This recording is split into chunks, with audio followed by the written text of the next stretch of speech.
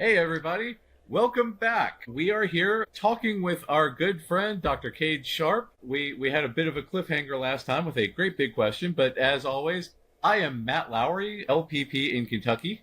And I am Dr. Erin Finley, PsyD in California.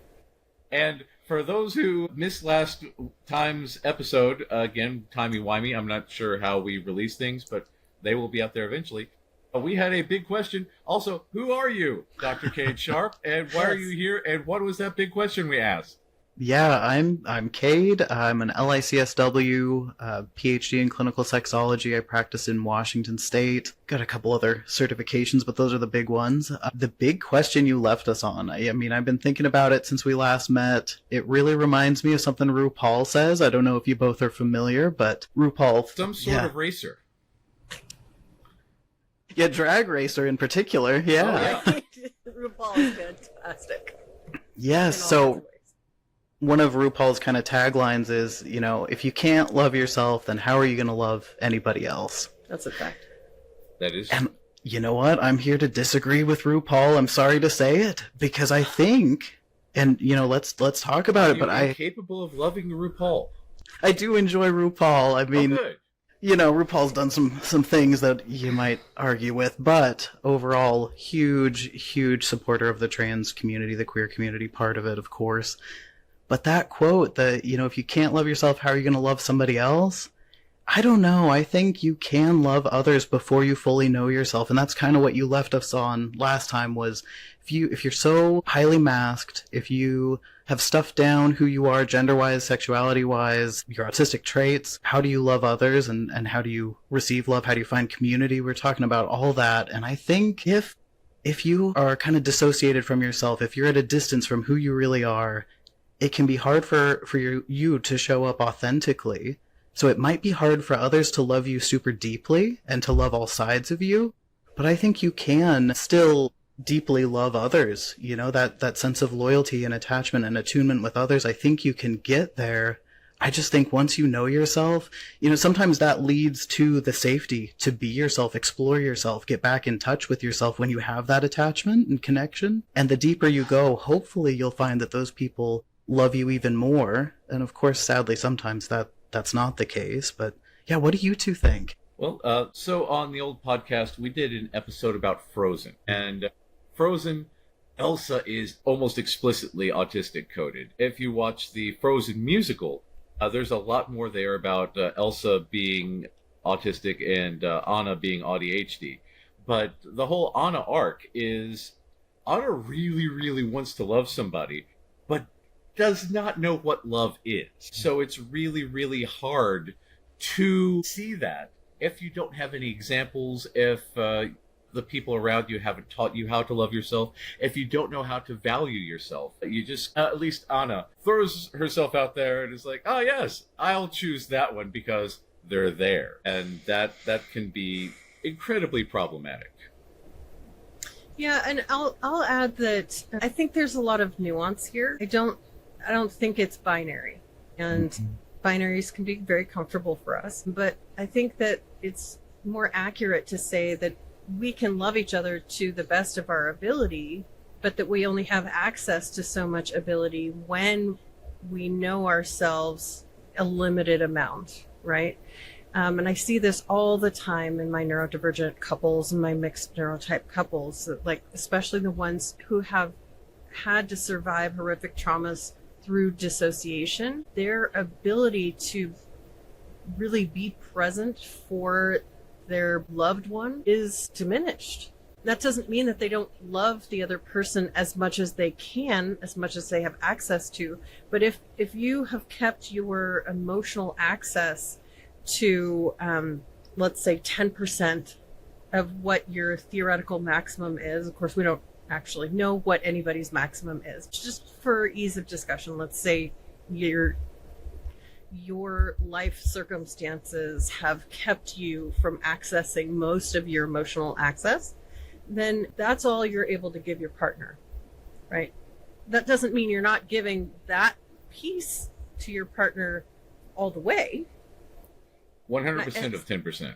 100% of 10%, exactly. Matthew Wathy. And so I think that both are kind of true, if that makes Yeah. sense. And when people really discover who they are, sometimes what they thought was love actually ends up being appeasement or fawning or some other nervous system strategy that they used early on in life and learned to associate with love, right? That isn't actually love. So Yeah. what is love? Don't hurt me. Don't hurt me. No more. Love it. Is that a quote? It sure is, yeah. And I mean, truly love is so hard to define, because as we're talking about it, I'm like, I wonder how each of us views love and what that means to us, and what 10% would look like to one of us might look like 90% to one of us. You know, it's so interesting. Mm-hmm. But yeah, and I'm with you that sometimes those things we attribute to love, especially when we're autistic, and sometimes we have challenges with interoception to tell, like, what is this feeling? It can make it tough. It can make it tough to know. And that's an interesting thing, because for some people, love, from what I hear, has a physiological effect like anxiety. And when something causes what we call butterflies, where you have gastrointestinal distress over love, which I find very interesting, because my sense is that there is a certain calmness and peace and sleepiness because things are covered and the person there can guard the gates with a giant battle axe or something as necessary, because I am very Viking love. It's one of those things. So, and if two people have different physiological reactions to the same interpersonal events, to the same stimuli, how does that translate to communication between people about needs, about expectations, about what they are seeking? Because if both people have different cognitive concepts of love, different physiological reactions to this concept of love, how can you get on the same page and both get those needs met in a same situation that has drastically different responses? Yeah, it's a beautiful point, too, that there are so many ways to experience it, and it's really rare that I hear from the folks I work with that love feels like the butterflies, you know? And as someone who's somewhere on the aromantic spectrum, like, love for me doesn't usually have a physiological component. It feels much more like a strong clarity and decision of loyalty. That is my... Ooh. I like that. This goes into a quote, and I don't know who said it, but love is not a feeling, it is a decision. Yeah. That resonates with me, although I've met tons of folks where it feels like it's definitely not a decision, and they can't help who they love, and logic be damned, they'll make these choices out of love, even if it may lead to a lot of strife, and that's just never how it's been for me personally, but yeah. How does love lead to strife? That's an interesting parallel. That is interesting, but also I want to back up because there's another term that's called limerence. Mm-hmm. Talk about that.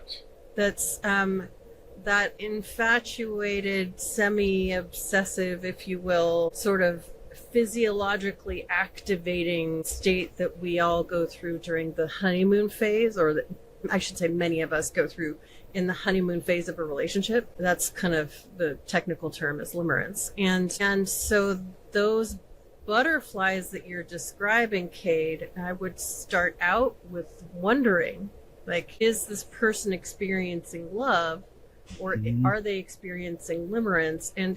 And without fail, like, I have two fundamental principles when I go into work with my couples, and really with my individuals as well.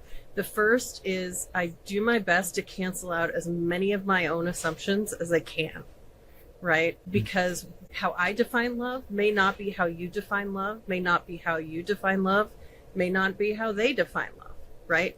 So that leads directly into the second principle, which is let's get the definitions on the table, right? So often when I'm working with folks, the conversations are going like this, right? And for the listeners, sorry. eschew. Yeah, that's okay.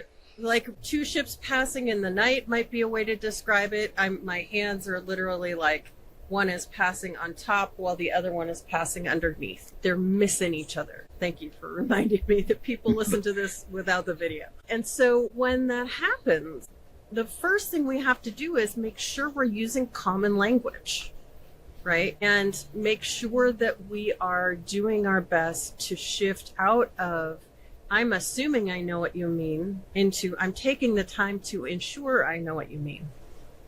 Yeah. Right? Big difference. It's a game changer. So how can people slow down and have that level of communication so that we can get that same level of expectation and the common vocabulary so that Right. we can have that more effective communication? Because what one person might describe as love might be limerence, or might be infatuation, or might just be plain old horny. What is up with that? Right. Well, I think part of it starts with a recognition of the need to slow down. Because if you don't realize that you have a need to slow down, then you won't ever do what you need to do that. Another part is sometimes you can't slow down before the mismatch or the misattunement happens. And so sometimes you have to slow down by thinking it through after, right?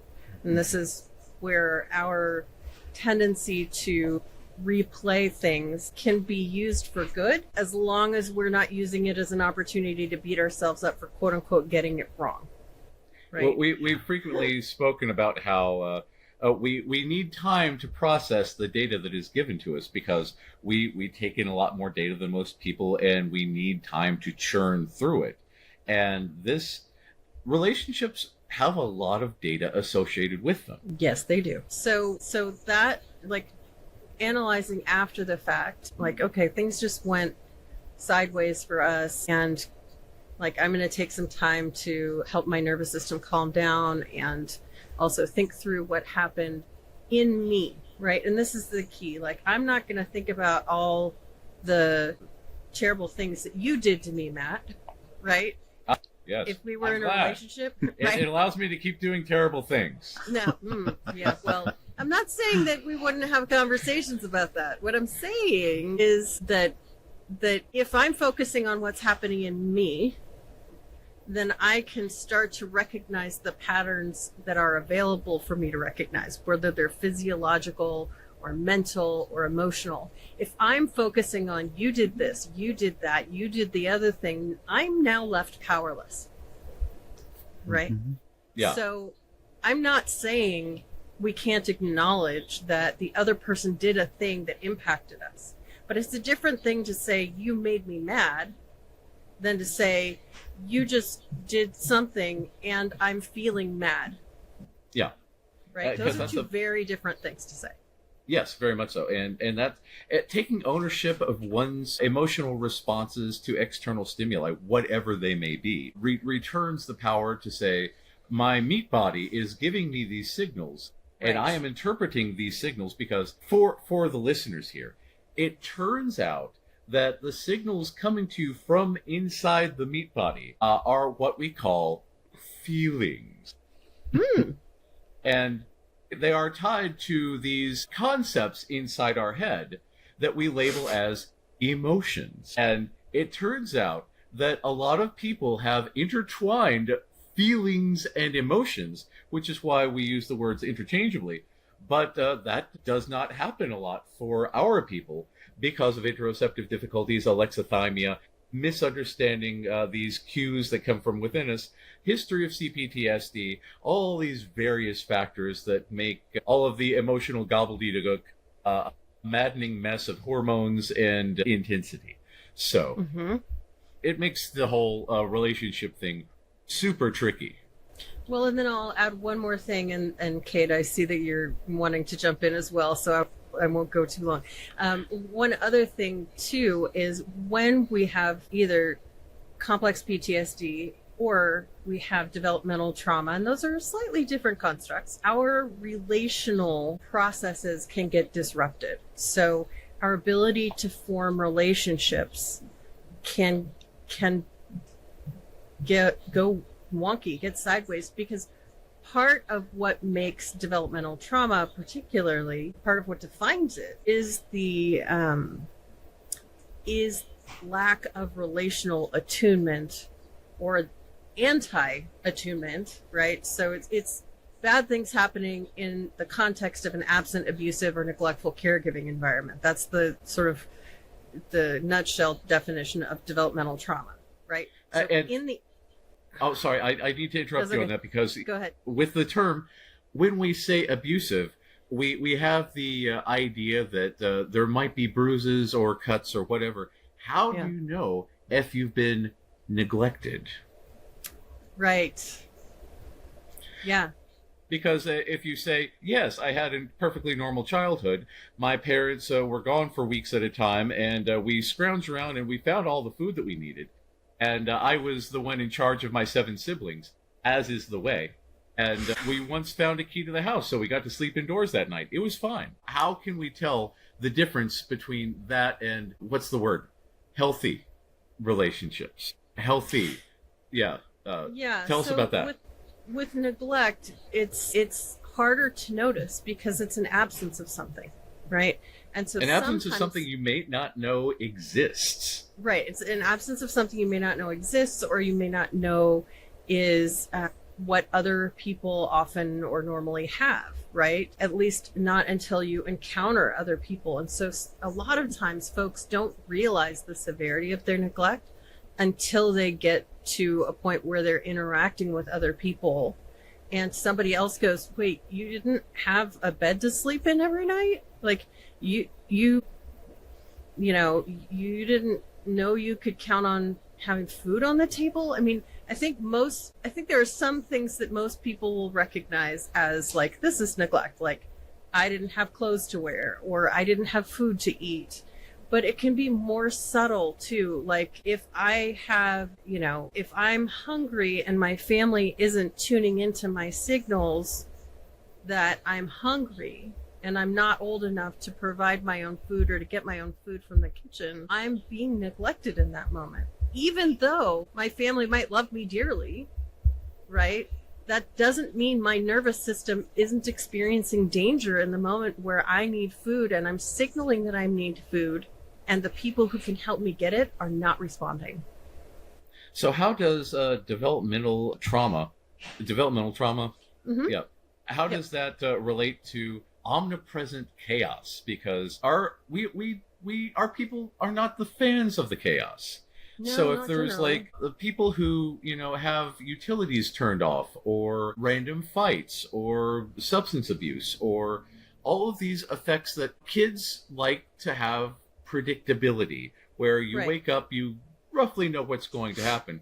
But if there are these frequent emergencies or frequent disturbances to that pattern, what does that do to the whole development thing?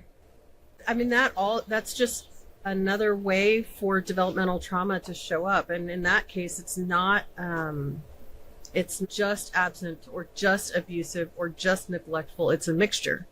Ooh. The chaos. It can be a mixture. It can be a mixture. It can be any percentage of any of those things.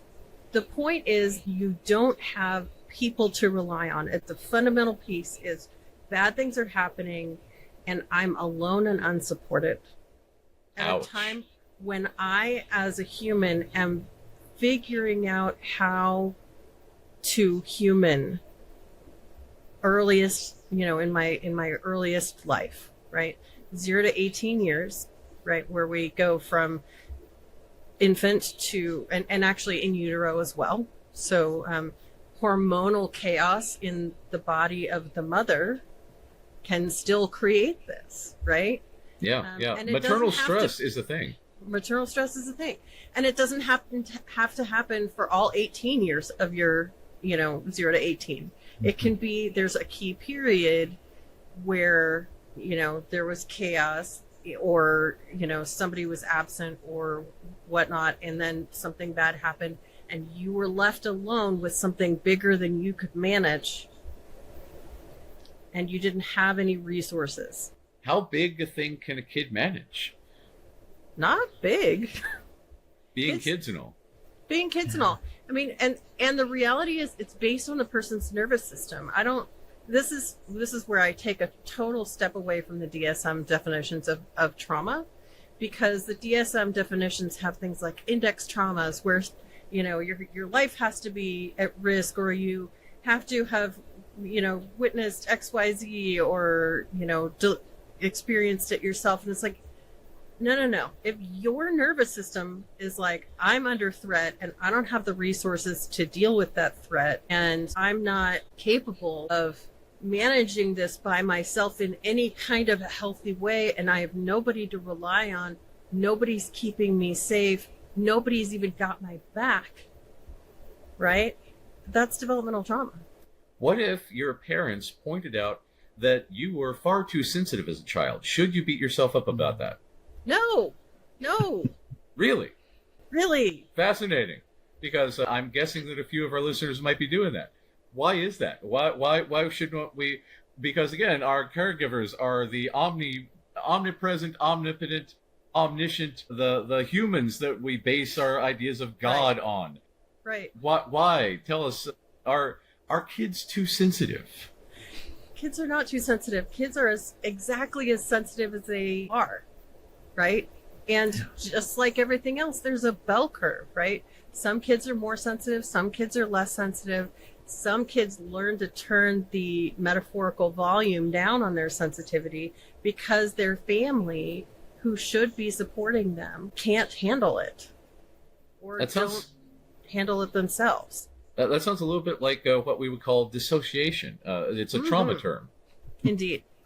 And then it loops us right back into, if you're spending so much of your time dissociated that you aren't knowing yourself, you're struggling to make community, struggling to find love. Like, yeah, absolutely. All those things are at play. And I really like what Erin was saying around slowing down, checking in with yourself. You know, if you can help define some of your internal experiences to others, it makes that communication go so much more smoothly, makes it easier to build community and to find people to love and who love you for you.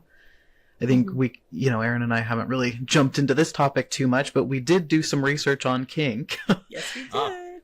And one thing we can take from the kink community is that consent is not a one-time thing. No. And no relationship is really a one and done. We define it and then that's it forever. So if we can take that lesson of like continually checking in for consent, for how we're each feeling, for where we want things to go, whether we're friends, whether we're romantically involved, sexually involved, co-workers, if someone's your boss, you know, just checking in with each other and really taking the time to get to know yourself. And it can be hard when you have stuffed it down for so long, or we're neglected and taught, you know, that's not what we do. We don't care about those internal things. Just move along.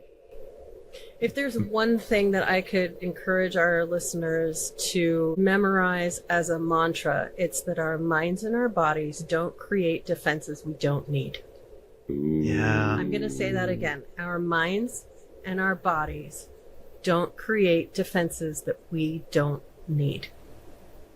Okay? So if you, listener, dear listener, have a defense. Our favorite listener. Yes. Our favorite listener, because you, dear listener, are indeed our favorite listener. If you have a defense that served you in the past that you're struggling with now, please give yourself grace about that. Please give yourself, you know, don't shit on yourself for figuring out a way to survive. Okay? Just please take it from us. If you can't give it to yourself, please take it from us, right? You did what you needed to do at a time in your life when you had no other choice, right? And now you probably have different choices than you did then. Absolutely. Does surviving horrible adverse childhood experiences, the ACE there, make someone unworthy of love?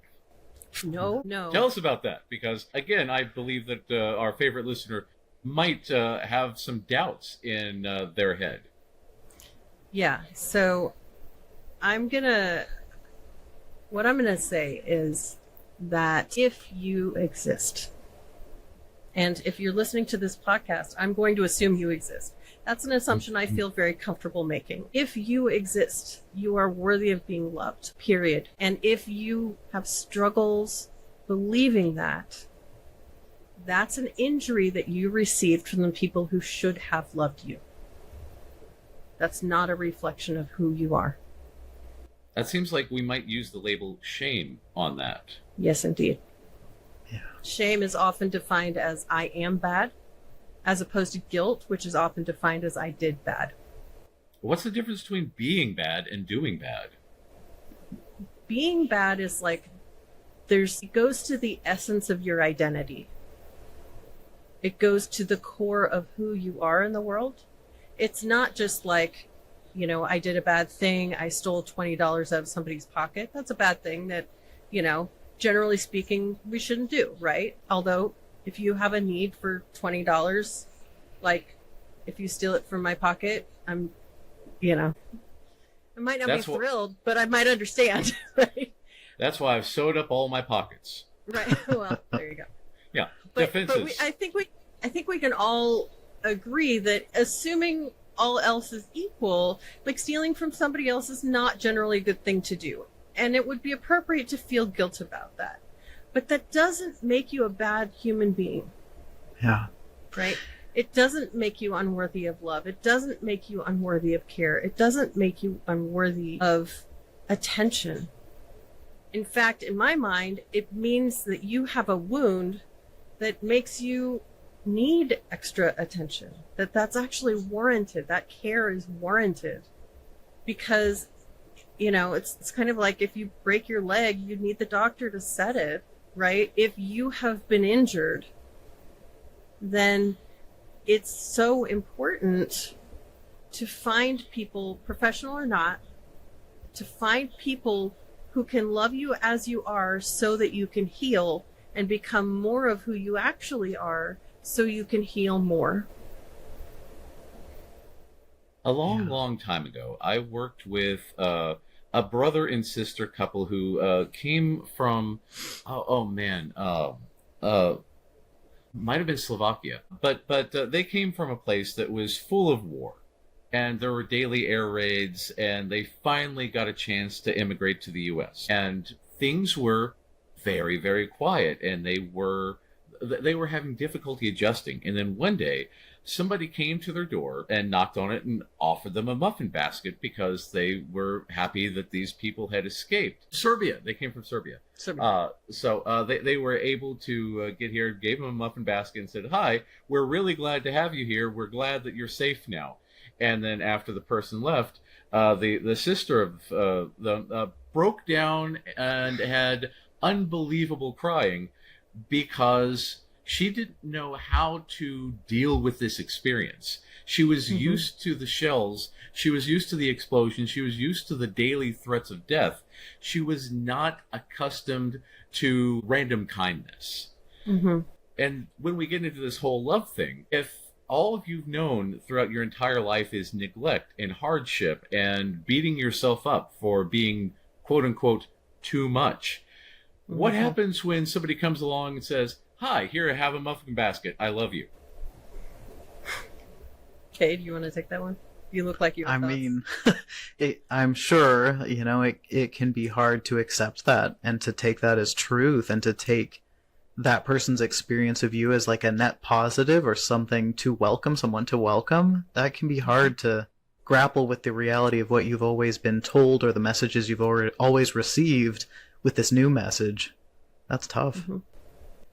And it's even harder to take that in and embrace it, And I think... Especially if you have that wound of shame that says, "I am bad and I do not deserve these good things, so I will do everything in my power to make sure that we stay at this homeostasis because we don't need any of that inner conflict going on." Because that inner conflict, man, that can be tricky. Yeah, it's risky to accept care from other people because it can feel dangerous when you're expecting to be bombed, whether literally or metaphorically. What if you get used to muffin baskets and the bombs come back? Yeah. What That's if somebody exactly has the fear. tricked you What if somebody has tricked you with a muffin basket and they're planning on bombing you? That is exactly the fear, right? Those are the fears that people go through. And so they have reactions to attachment. Ooh. I need to give Steve Sawyer credit for that one. Steve Sawyer is the lead brain spotting trainer who focuses on developmental trauma brain spotting, and I've been training in depth with him for the last several years. He has the Developmental Trauma Training Institute, of which I am also a part. And what he says is, it's not reactive attachment disorder, it's reactive to attachment injuries. Ooh. That's a big reframing. Huge. Yeah. And Makes it's sense. also freaking true. Yeah. Right? And yeah. Sorry, go ahead. Yeah. And that's the thing, because we live in a world that pathologizes empathy, that pathologizes taking care of others or having strong emotions about bombings of people, or, treating people with basic human kindness, respecting identity, respecting choices, respecting pronouns, respecting all of these things. And the whole pick yourself up by your bootstraps mentality. Mm-hmm. So for the longest time, that's where, we as a very individualistic culture, as opposed to other people who are more of a collectivist culture, where they focus on the whole. We have this rugged American individualism where we are the protagonist, and we must do all of the things all the time and be all of the strength. Marlboro Man. Yes, exactly. And I was talking earlier about how, that's the problem with the Snyder Bros, because that Superman is the rugged individualist, whereas the new David Cornsweet Superman has a team of people, and he can admit that sometimes it's too much for one person. He can be wounded. He can be hurt. He is vulnerable. And there are some people that really, really hate vulnerability. What is up with that? Because is it a flaw to be vulnerable?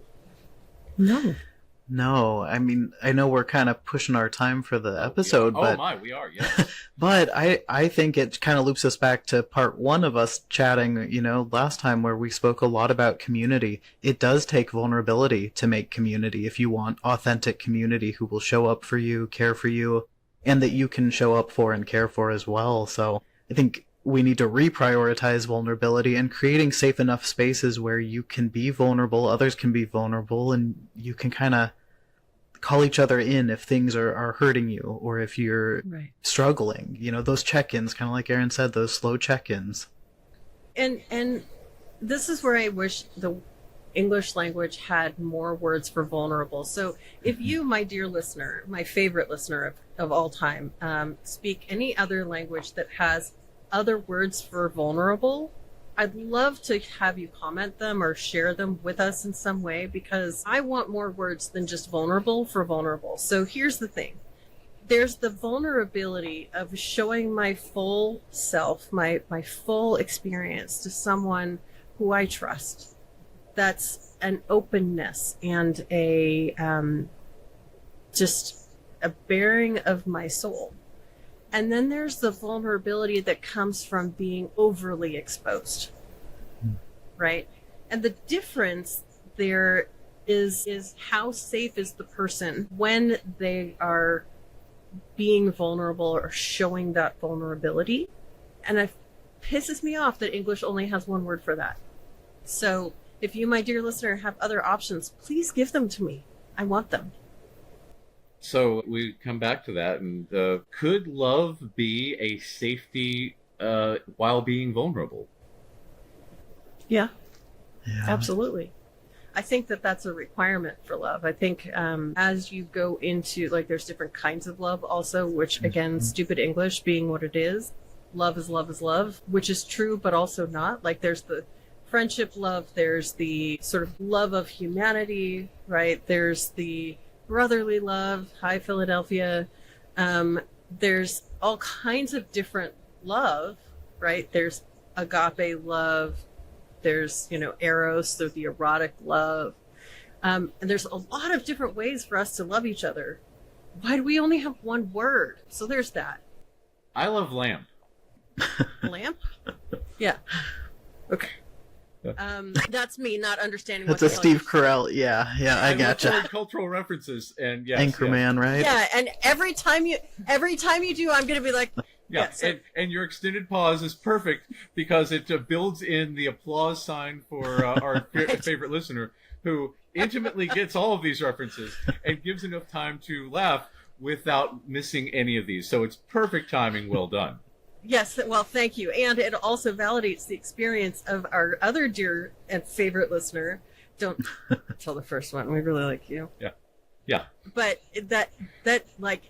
that whole experience of you're talking about something I have no freaking clue, and my first response is like, oh, I'm gonna nod and smile, and except that with you all, I can actually say I have no idea what you're talking about. Yeah. Leave a comment if you get the references, and it will help everybody else. Leave the time and the reference, and do you love Steve Carell back? Yeah, I don't actually, but I'm not a TV person, so that's fine. But the thing I want to leave us with, or at least this piece, is one of the definitions of love that I really like comes from the emotionally focused therapy developed by Sue Johnson, and it's accessibility, responsiveness, and engagement. So accessibility meaning can I access you? So do you answer the phone when I pick it up? Right? Do I even have your phone number? Right? Metaphorically speaking, right? Responsiveness, like if you're picking up my call, are you actually responding to me?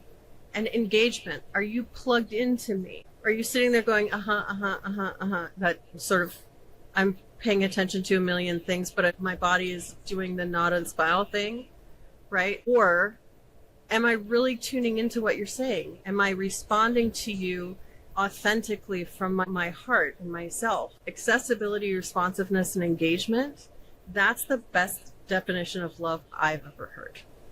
I like that. I like that. It's a human interface. Exactly. Yeah, functional. Yeah. Right.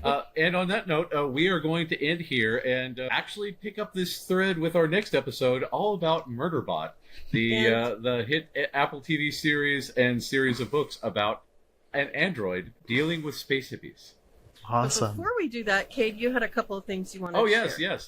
Tell us about this autistic clinical insights and neurokink, which is not a kink. Woo! Yeah. Thank you both for having me again. I'd love to come back sometime. Maybe we can talk like relationship anarchy and how does love show up for different relationship formats and constellations, or kink or any of the other things. Yeah. But yes, Autistic Clinical Insights, last time we talked community. If folks who are psychologically minded and are interested in autistic psychology, mental health, whether you're a social worker, counselor in school, you could come join us in November the 14th through 16th at Autistic Clinical Insights, and the website is autisticclinicalinsights.com. I believe it's up to 12 or 13 NBCC continuing education credits, so if you need those, they will be there. And we have amazing panelists, all types, and the content is all about autistic folks, primarily by autistic folks. So you'll get to see a lot of people in the field who are themselves autistic or ADHD, multiply neurodivergent, and it's all virtual, so you don't have to leave the comfort of your environment. And then, Excellent. yeah, neurokink-wise, last time I had plugged the podcast that's coming up soon with my co-host Sabrina. You can access that at neurokink.org/AUYS. But hopefully Neurokink will also have some exciting things coming as far as like sex ed for autistic folks and ADHDers. We'll see where that leads. So it's sort of like Loveline for autistics. That is the hope for the podcast, yes. Talking about all sorts of relationships, whether that is actual love, where we're talking like which type of love are we talking about, or things with coworkers, things with colleagues, things with your kids, parenting. We're hoping to have some guests on who are experts in the field to talk about it too and have the lived experience. That sounds awesome. Nice. Might have to have you all over there sometime. Ooh. We'll come and check out the Happy lamp. to. All right, well, thank you all. Have a good one. Yeah, thanks for being with us, Kade.